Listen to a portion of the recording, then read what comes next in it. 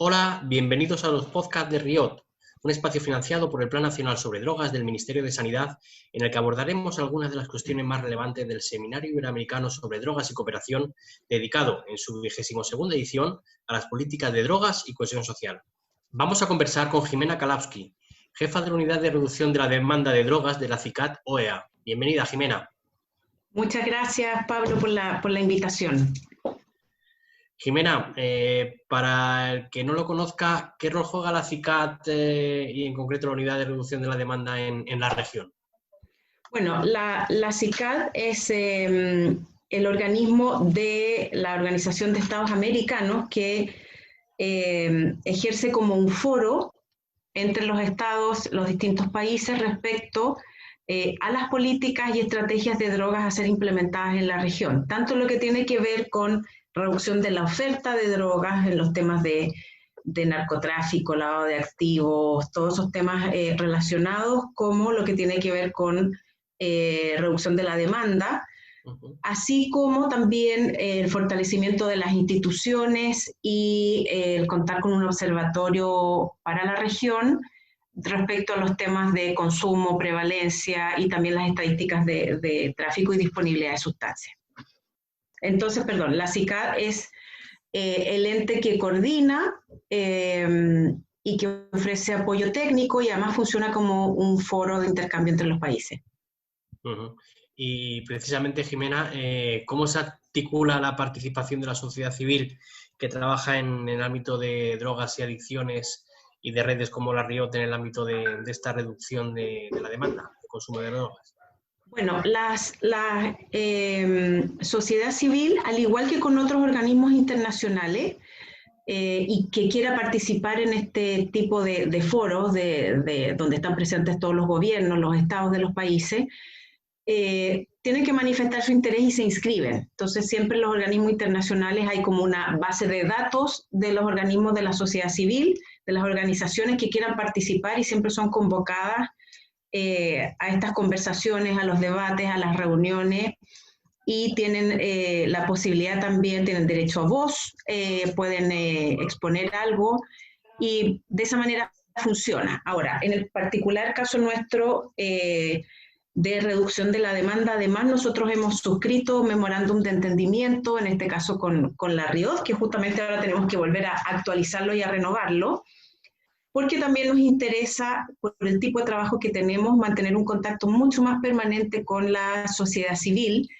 porque cuando estamos hablando efectivamente de reducción de la demanda, estamos hablando de temas tan específicos como la prevención del consumo de drogas, así como el tratamiento, la recuperación, y para eso necesitamos no solamente tener contacto con los estados, sino que saber bien qué es lo que está ocurriendo en el terreno, en la práctica, en la base, y por eso que nos interesa mucho mantener un contacto permanente con la sociedad civil, porque finalmente todas las orientaciones que nosotros podemos dar para los estados, para los países, para los estados miembros, tienen que repercutir directamente en el trabajo concreto que se hace en cada una de las organizaciones. Y cuando pensamos en la sociedad civil, nosotros sabemos que en nuestra región la mayoría de la oferta de programas de atención de tratamiento para las personas con consumo de sustancias, si bien los estados tienen un rol importante, pero la mayoría de los programas están siendo administrados y ejecutados por la sociedad civil. Entonces, en ese sentido es que nos interesa tener un contacto muy, muy estrecho. Jimena, como decías, la CICAD tiene esa capacidad de diálogo con los organismos gubernamentales y de la sociedad civil, y en esta coyuntura que estamos atravesando, ¿cuáles son los principales impactos que habéis detectado desde la CICAD-OEA en el consumo de sustancias vinculadas con el COVID-19? Bueno, hemos estado desde el primer día que se declaró la pandemia y empezaron las restricciones de movilidad en nuestra región. Si bien ya habíamos estado mirando lo que ocurría en España en particular, nos preocupamos mucho porque se pudiera dar continuidad a los programas de tratamiento de las personas por consumo de drogas. Porque efectivamente sabemos que esta es una población muy vulnerable, que está expuesta a muchos prejuicios, hay mucho estigma asociado y probablemente una vez más este estigma iba a afectar el acceso a tratamiento de de nuestros usuarios. Y entonces rápidamente tomamos contacto con la sociedad civil. Nosotros elaboramos unas recomendaciones en los primeros días de la pandemia respecto a cómo mantener en este periodo la asistencia. Y a través de la sociedad civil nos fuimos informando de lo que estaba ocurriendo. Entonces nos dimos cuenta, por ejemplo, de aspectos tan relevantes como la dificultad de contar con recursos económicos que pudieran seguir financiando los programas, que yo creo que eso es algo que es transversal, porque efectivamente muchos de los estados han estado redirigiendo sus aportes más bien al tratamiento del COVID particularmente, y han dejado de lado otro tipo de programas. Luego, otra dificultad que tiene que ver con la asistencia remota. O sea, también ha sido muy difícil, sobre todo en nuestra región, que el acceso a Internet no es algo que está muy democratizado y está disponible para todo el mundo. Por lo tanto, el poder contar con herramientas que permitieran sostener el tratamiento a distancia también ha sido una dificultad. Aún así, yo creo que la sociedad civil, las ONGs con las que hemos estado hablando, han estado absolutamente a la altura de las circunstancias, se han puesto todos a disposición de responder en esta alerta sanitaria, han puesto todo su esfuerzo, su dedicación, su cariño, su profesionalismo, han trabajado muchísimas horas y han logrado salir adelante. Yo creo que en este momento solamente podemos agradecer el trabajo que se ha hecho desde las distintas ONG, porque creo que son los que han sostenido la atención de las personas en este momento. ¿Y qué recomendaciones habéis propuesto a los gobiernos para dar respuesta a la crisis originada por el COVID y la demanda de sustancias? Sí, nosotros de las recomendaciones que emitimos fueron en la línea de los programas de tratamiento. Estamos trabajando ahora algunas recomendaciones para prevención, pero todavía no las tenemos listas. Van a salir en los próximos días. Pero en relación al tratamiento, nos focalizamos en dos cosas. Uno, que tenía que ver con mantener el acceso, la cobertura, mantener el contacto con las personas en tratamiento, sostener estrategias de cuidado de los contagios de las personas que asisten. No solo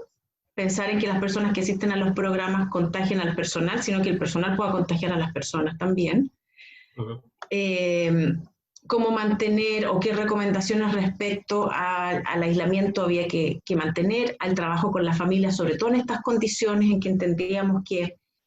probablemente en programas residenciales el acceso de las familias iba a haber restringido, y poder mantener algún sistema de contacto diario con las familias que iban a estar mucho más preocupadas por sus familiares, valga la redundancia, y viceversa, también las personas que están en tratamiento preocupados por su familia que está afuera. Eso en una línea en relación a lo que tiene que ver con los programas de tratamiento propiamente tal, y la otra línea tenía que ver con las personas que trabajan en estos programas, que finalmente en este tema de la reducción de la demanda de drogas, el único instrumento que tenemos son las personas. Ese es nuestro instrumento de trabajo, nosotros mismos, y por lo tanto sacamos varias recomendaciones también respecto al autocuidado, a protegernos de la sobrecarga laboral, y además de la sobrecarga emocional que significa trabajar en tiempos de pandemia, sobre todo cuando empieza a ocurrir el aumento de las enfermedades y las muertes de personas cercanas, y la necesidad de los equipos de seguir funcionando. Entonces, nuestras líneas de recomendaciones fueron en esos dos sentidos. Uno, de mantener y reforzar la atención de las personas con problemas por uso de sustancias, y por otro lado, con el autocuidado de los equipos. Y Jimena, ¿cómo valoráis desde la CICAT el rol que la sociedad civil que trabaja en drogas y adicciones está teniendo para afrontar la pandemia? Bueno, tal como te mencionaba anteriormente, yo creo que la sociedad civil ha estado a la altura de las circunstancias, han sido los primeros en ponerse a disposición del trabajo, no han dejado de lado la atención de las personas más vulnerables, sino que han entendido que en este momento es cuando más presente había que estar. Y yo creo que en ese sentido el rol ha sido muy importante para mantener y sostener la atención. Y además también se han actualizado, o sea, todos estos medios tecnológicos que probablemente muchos de nosotros usábamos poco, ha significado que rápidamente nos hemos tenido que poner a aprender cómo se usan, cómo se utilizan, y la sociedad civil se ha puesto al día muy rápidamente y además le ha enseñado a los usuarios estas nuevas alternativas de comunicación. Entonces yo creo que sin la sociedad civil presente, fortalecida en estos momentos, la situación hubiera sido más catastrófica aún, porque además las personas que consumen drogas probablemente hubieran estado mucho más vulnerables también a los contagios y sobre todo a las vulnerabilidades de la enfermedad misma. Entonces creo que la sociedad civil ha tenido un rol muy importante, además de también estar haciendo incidencia y poner este tema en los distintos países sobre la mesa, que es decir, recordemos que esta es una población especialmente vulnerable, estas son las necesidades que tenemos, estos son los desafíos, etc. Sabemos también que por las mismas características del sistema, los estados reaccionan probablemente más lento por toda la burocracia estatal que existe, que tienen, y la sociedad civil tiene mucha más agilidad también para responder en tiempos de urgencia como el que estamos viviendo. Siguiendo con el tema de la comunicación y de la sociedad civil, ¿cómo han sido esos diálogos que habéis entablado durante el mes de julio con la sociedad civil a través de Riot para hacer frente a la crisis que originó la pandemia? ¿Cuáles han sido los aprendizajes? ¿Qué experiencias positivas os lleváis? ¿Cómo se desarrollaron? Mira, primero yo creo que es muy importante decir que los diálogos que hemos sostenido a través de la Riot con las distintas ONGs de la región y también con el Nodo de España, ha sido en un ambiente de mucha confianza y colaboración. Yo creo que la señal acá que se ha dado es que nadie tenía la respuesta ni la verdad en este contexto que nos pilló a todos de sorpresa y estábamos todos reunidos pensando en cómo podíamos colaborar y mejorar las cosas. Luego ha sido muy interesante ver cómo los distintos países, las distintas regiones han encontrado soluciones para los problemas que se han ido presentando. Y el compartir esas experiencias yo creo que ha sido muy enriquecedor para poder contar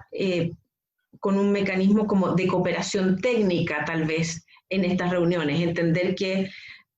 a lo mejor había cosas que una organización estaba haciendo que probablemente a mí no se me hubiera ocurrido que podíamos hacer y rescatar esas buenas prácticas y esas buenas experiencias para implementar. Al mismo tiempo también ha sido muy enriquecedor constatar la preocupación que teníamos, pero constatarla desde el terreno, que tiene que ver con el aumento de algunos factores de riesgo para el consumo de sustancias, como tiene que ser en este momento la pobreza. La pobreza, la marginalidad, la falta de acceso al trabajo, la falta de acceso a la educación de manera presencial, más bien esta educación a distancia, la dificultad para encontrar los vínculos humanos que nosotros como latinoamericanos, como hispanoamericanos somos tan de piel, ¿no? de contacto, y ver también cómo esto nos ha afectado en la salud mental, que es algo que desde una organización internacional uno lo piensa, dice esto puede ocurrir, pero ya en el contacto con las ONGs que están trabajando en el terreno, las ONGs nos dicen, sí, mira, hemos tenido un aumento en la depresión, hemos tenido un aumento en los intentos de suicidio, sobre todo en población adolescente. Respecto al aumento del consumo de sustancias, algunos reportan que sí, algunos reportan que no, tiene que ver mucho con la oferta y con las decisiones que hayan tomado los países respecto a las fronteras y a la movilidad. Pero sí los factores de riesgo efectivamente han aumentado. Y por otro lado, yo creo que algo muy importante de estas reuniones también es tener la sensación y la certeza de que no estamos solos, de que nadie está solo en esta lucha, en este trabajo, sino que estamos todos en lo mismo, tratando de salir adelante, tratando de sacar a las personas adelante, con el mismo ímpetu o quizás más y con la misma esperanza de que las cosas pueden cambiar y que las personas se pueden recuperar. Yo creo que los diálogos han sido muy, muy provechosos y además también la RIOD hizo un documento donde compiló los principales resultados de estas conversaciones y yo se lo hice llegar a la presidencia del grupo de expertos en reducción de la demanda, que es ejercida por Colombia en estos momentos, y en la próxima reunión del grupo de expertos van a ser presentados esas recomendaciones, esa consolidación de los diálogos. Entonces también es una manera de que haya un vínculo, una comunicación ya más directa también de la sociedad civil con los estados, con los gobiernos en este momento. Pues Jimena, vamos terminando ya esta conversación. No sé si te gustaría añadir algo más. Bueno, yo creo que me gustaría agradecer el rol articulador que ha tenido la RIOD históricamente, pero más aún en estos momentos, yo creo que la articulación de la sociedad civil con los estados, el poder organizar, el coordinar, el generar espacios de diálogo, ha sido muy, muy, muy relevante. Para nosotros es un gran aliado porque en vez de tener que vincularnos con 500, 2.000, 3.000 ONG, poder vincularnos con una organización que las agrupa y que ya tiene una manera de funcionar, nos ha facilitado mucho más el intercambio. Y bueno, yo creo que los desafíos que tenemos por delante son enormes. El desafío del consumo de sustancias ya es un desafío muy, muy importante, pero además en estos momentos de pandemia, como decía, con todo el aumento de los factores de riesgo, yo creo que el rol de la sociedad civil es mucho más importante porque efectivamente los recursos se van a ver disminuidos y tenemos que buscar nuevas estrategias y alternativas para seguir dando la mejor atención posible. Así que nada, solamente agradecerles una vez más la invitación, el poder contar con este espacio, la invitación a los distintos foros. Y bueno, cuenten con nosotros para seguir trabajando en este desafío que todavía nos llevará muchos años por delante. Muchas gracias. Muchas gracias, Jimena, y hasta la próxima. Gracias.